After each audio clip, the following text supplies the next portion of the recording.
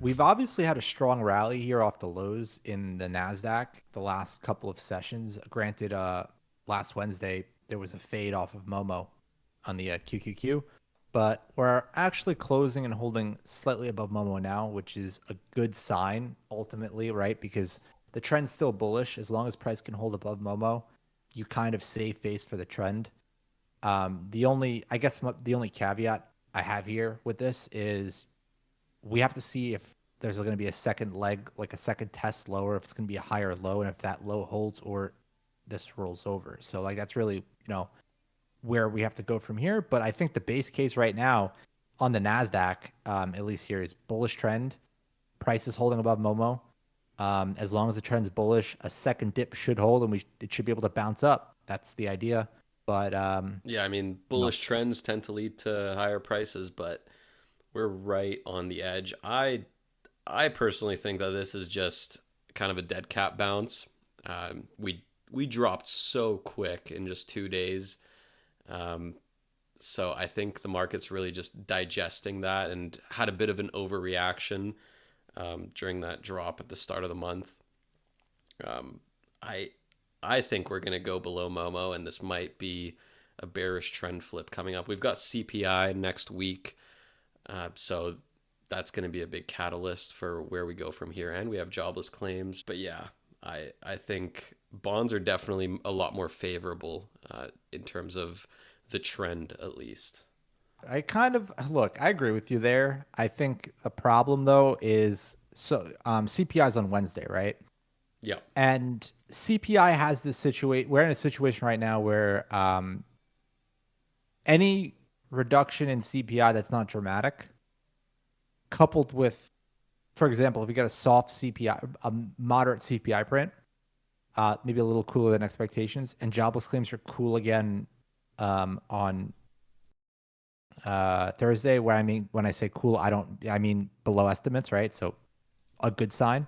I think you open this door for a possible push up in equities. Not necessarily, again, not necessarily saying it's a risk on environment, but what I'm trying to allude to here is that it doesn't take a much here to kind of give some life to equities. And I'm not calling for all time highs either, right? Like we're still 10% off all time highs on the Qs. So I mean, we could just get maybe a move to upper vamp is, 4.5% away from here. And that wouldn't be crazy if we can break above mid vamp here on the data this week. If not, as you just said, right?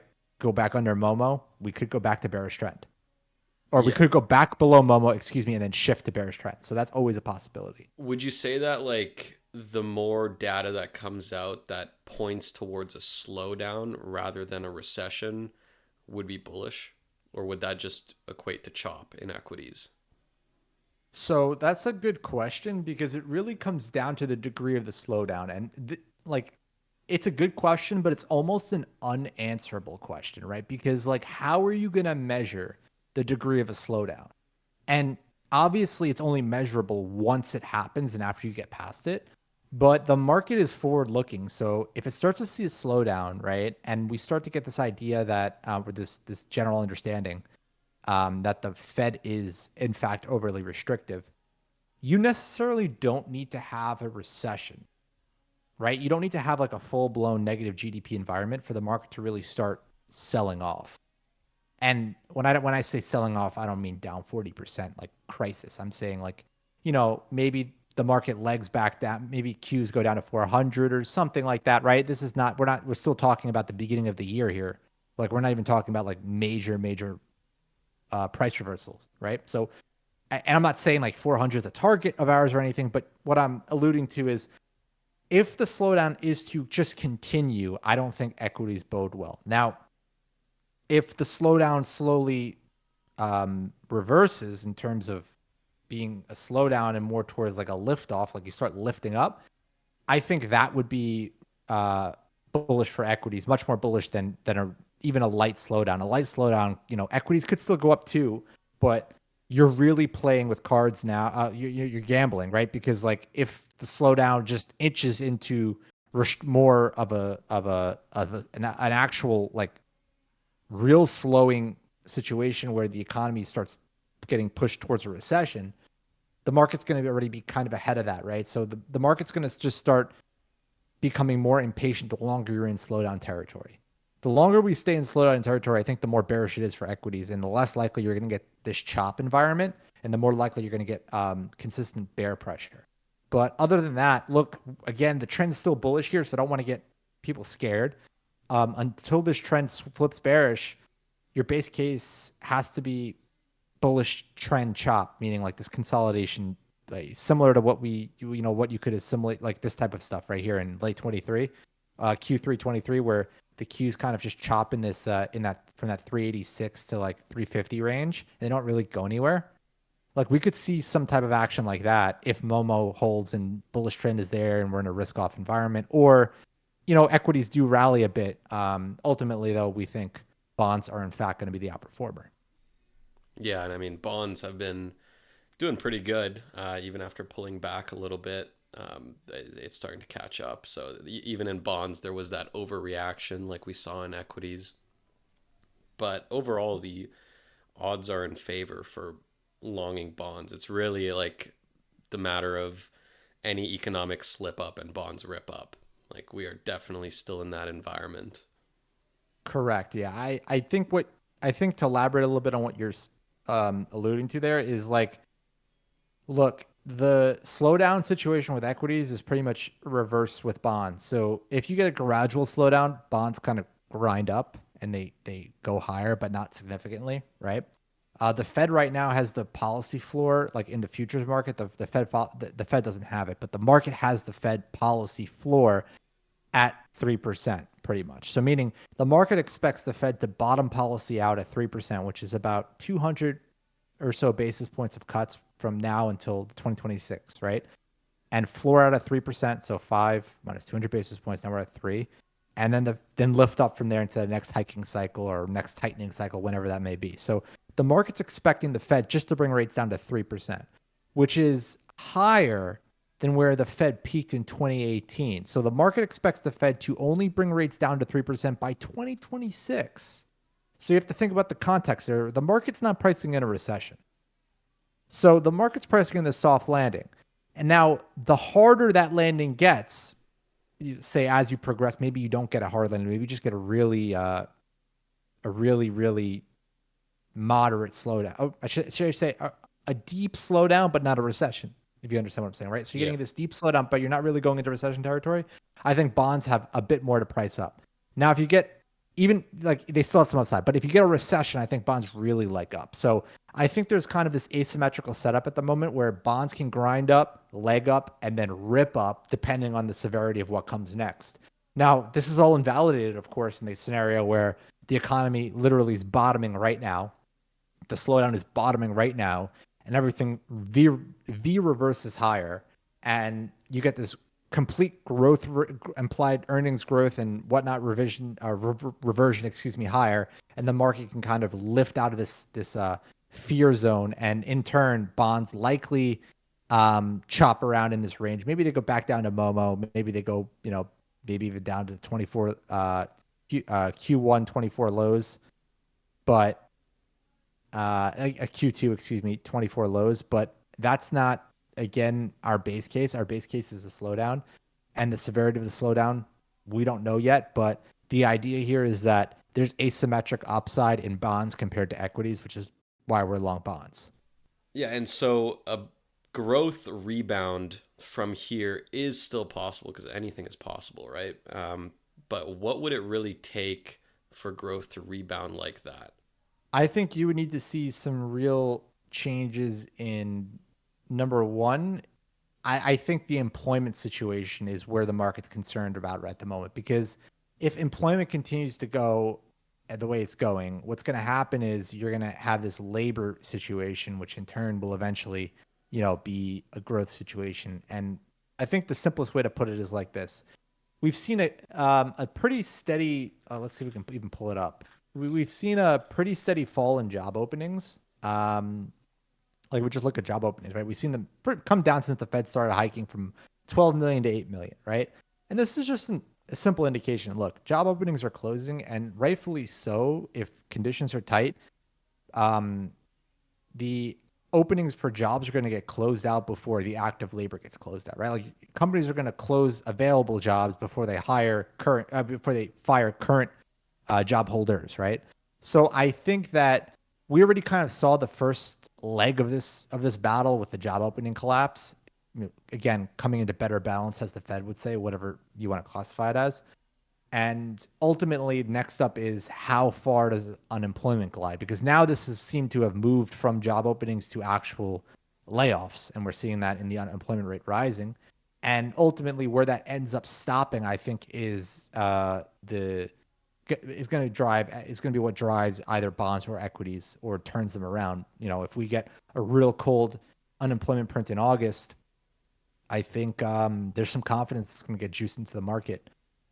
When I say August, I mean September's print. Obviously, we had the August print. We had the print in August already, but we're going to get September's print, August's print in the first week of September. If that print's cold, I think that the market's going to kind of wake up a little bit and say, "Oh, okay, this might just be a hiccup and not really a slip up type of thing in the economy." But what Um, really is the odds of that with all the lagging effects from the policy rate um, over the last year bleeding into the economy? I think the odds of us just bouncing out of nowhere while they're holding rates at 5% is pretty unlikely. Yeah, so I think again this comes down to like just the inflation. Like we've heard from the Fed already that the inflation dynamic is no longer the same, right? The Fed's been pretty clear about this, saying the lopsided inflation conditions are no longer there. Inflation and employment are back in better balance. So ultimately, like a weaker labor market is going to be more influential than it would have been 12 months ago. And if we look at what's going on with inflation itself, I mean, just understand we're basis points away at this point from 2018 levels. We're 50 basis points away from well into the pre-pandemic levels. Okay. Um, the Fed funds rate at that time peaked 2.5%. The cycle easing trough where the market's basically easing for the Fed and the forward basis, right? So the market's pricing in rate cuts throughout the next 2 years, implying what the Fed's going to do. The market's expecting the Fed to bring rates down to 3%, which is here. So we're still above the 2018 peak of rates. Now, where does inflation go to 2026? Is inflation still at 3%, or is inflation much lower? And again, this idea that inflation doesn't fall off a cliff in a soft landing. So the idea here is that there's a moderate bit in inflation, maybe not too severe. Growth is in track, and everything kind of lands softly. This is, in my opinion, a 3% Fed funds rate in the current environment, 2 years out or a year and a half out, is soft landing material. This is a soft landing being priced into the market. Doesn't that depend on inflation though? Like for that to really be the end of the cutting cycle at 3%, inflation would also have to stay here for the next 2 years roughly. I think inflation would have to be pretty elevated. So the idea here is that inflation is not going to get down to the 2% target, right? Like very quickly. And I think that that's again not going to happen because if you look at the Fed's forecast, right? Let's take a quick look at their dot plot. So let's take a look at the Fed's dot plot, right? If we look here where PC inflation is expected to be in 26, it's 2%. So by 2026, they're expecting inflation to get back to 2%, not 25, the median inflation print, 26, right? And the range of 26 is 2 to 2.3%. Now, we were just looking at headline inflation, but let's take a look at PCE for a second, right? Let's just take a look at the PCE rate. The PCE rate is currently 2.5%. So there's 50 basis points of wiggle room here in the next 2 years.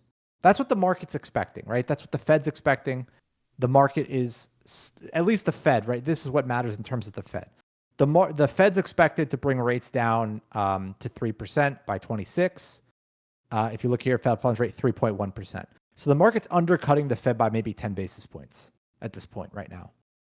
And this was from the June SEP. We're going to get another one of these in September. But ultimately, the Fed funds rate policy path is down to 3% with PC at 2 in 2026. we're at 2.5 right now, and there's still 12 prints or more than that, like 18 prints of whatever it may be, at a minimum of prints between now and then, It almost right? feels So like it's too mispriced.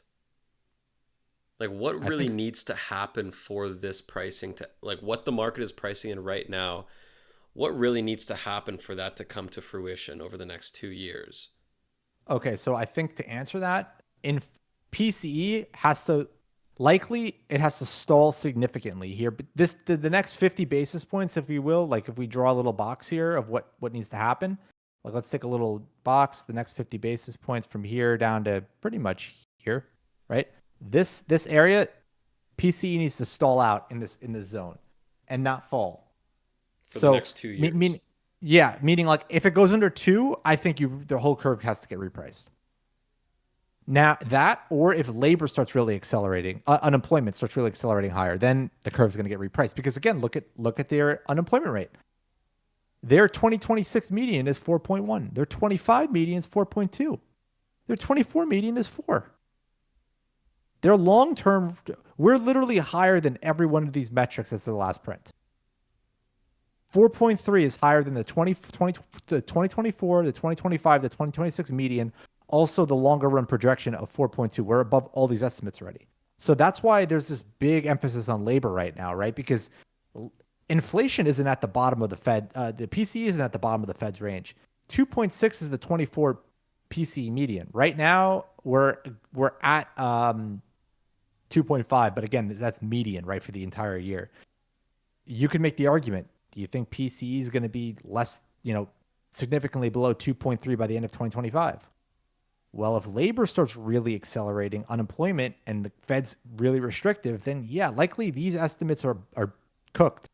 Like this is all not going to come to, this is all going to be ass backwards, right? You're going to have the Fed having to cut a lot more because unemployment's up a lot faster and inflation is down a lot faster.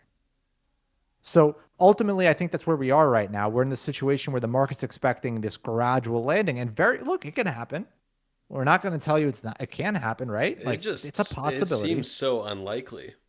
I know. Well, this is the market, right? Like the market is forward expectations. The market is not what we expect to happen, excuse me. The market isn't just taking what the market expects to happen and believing it, right?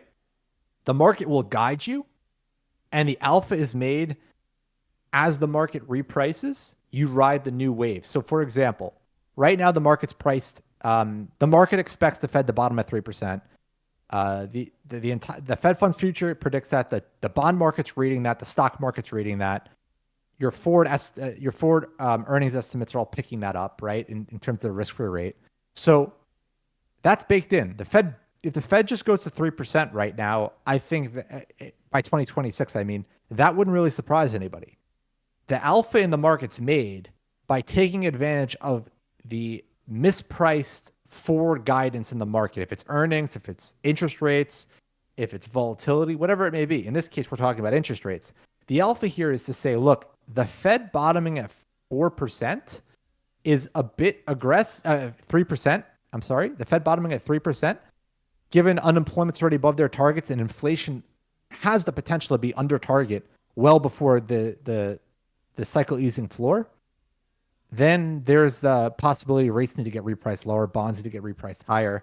And depending on the severity of what goes on, equities could get smacked because that could mean there's a recession, right? So I think this is a dynamic situation you have to pay attention to right now is, look, where could rates possibly go?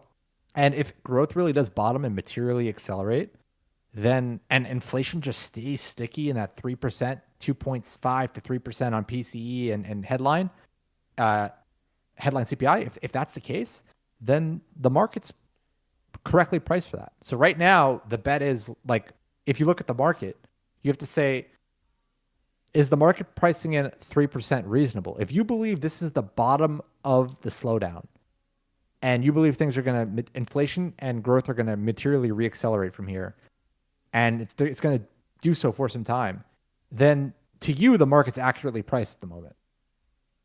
The market makes sense. But for us, given that we've seen negative growth pressures emerge in the last couple of months. We've seen unemployment slowly start to lift. There's a lot of things that say, look, maybe we're getting to that point where we're going to breach stage 4 of the compound landing and leave stage 3. Ultimately, I think that only time's going to answer that, the severity of the slowdown, how it ends up. But I think in this case, for our positioning, bonds have that asymmetrical upside at the moment. They will not always have asymmetrical upside. There will be a point where bonds are no longer good to own. I don't think we're there yet, though. Thank you guys so much for listening. If you like this podcast, don't forget to share it with your friends, like, subscribe, follow, put us out there, help us grow. And if you have any questions whatsoever, feel free to reach out to us at the Market Radar on X or go to our website at market-radar.com.